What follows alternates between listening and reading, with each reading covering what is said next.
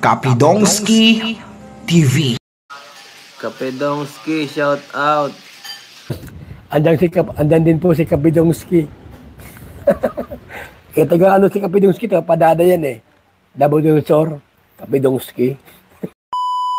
Lagot na, magkaalaman na mama ni Erica na si Gina ate na si May at si Erica sisingilin ng mga sponsors, resibo ilalabas ng mga sponsors. Yan ay sama-sama nating tutukan mamaya mga kalingap. At kung nagustuhan nyo po ang ganitong klaseng reaction video, paki-like at subscribe naman po para lagi kayong updated sa susunod kong mga uploads. At salamat sa walang sawang pagmamahal at suporta kay Kuya Val Santos Matubang at Idol Kalingap Rab. Paalala, panoorin at tapusin ang video na ito para malaman mo kung ano ang nilalaman nito bago mag-comment. Ngayon balik tayo sa topic. Paalala, hindi ko po sariling opinion ang nasa video na ito. Ito'y opinion po ng mga taong galit sa mag-inang Gina, May at Erica. Grabe, hindi ko akalain na aabot sa ganito ang awayan ng ilovers at pamilya ni Erica na si Mama Gina at Ate May. Mga sponsors galit na dahil sa pasabog ni Erica at ni Gina sa isang hindi sikat na vlogger. Nabanggit ng mag-ina ang tungkol sa bigayan ng sponsors kaya galit na galit ang mga sponsors sa mag-inang ito.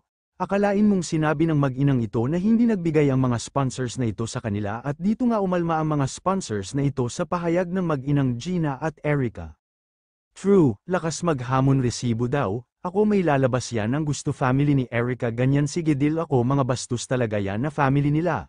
Tapos kapakan abangan ang ibang tao so may lakas maghamon kailan or ano date labasan resibo huwag nyo ako hamonin. Ian Toñaco Torres kaya nga doon sa asawa ni May padala ang iba, lumabas ang tunay ugali nila lakas mag-apog nila dil ako sa hamon nila labas ang resibo, bakit babayaran or babalik ba nila binigay ko sila ang umpisa maghamon tapos pag resback tayo sabihin na nunumbat, hell ingay nila sa TikTok buti na lang walang ako TikTok mayroon na lang nag-report sa akin.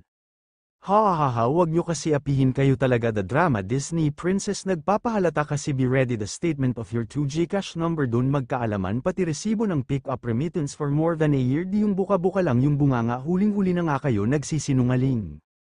Deny pa kung e-post ko kaya mga censored vid dito total pinagbintangan mo naman ako tutuhanan ko kaya meron pa kayo vid dito dalawa ni Edong bintangan mo pa ako hanang walang katutuhanan lalabas at lalabas talaga yung di dapat ako sa inyo watch your word before you speak ligo na sa pool.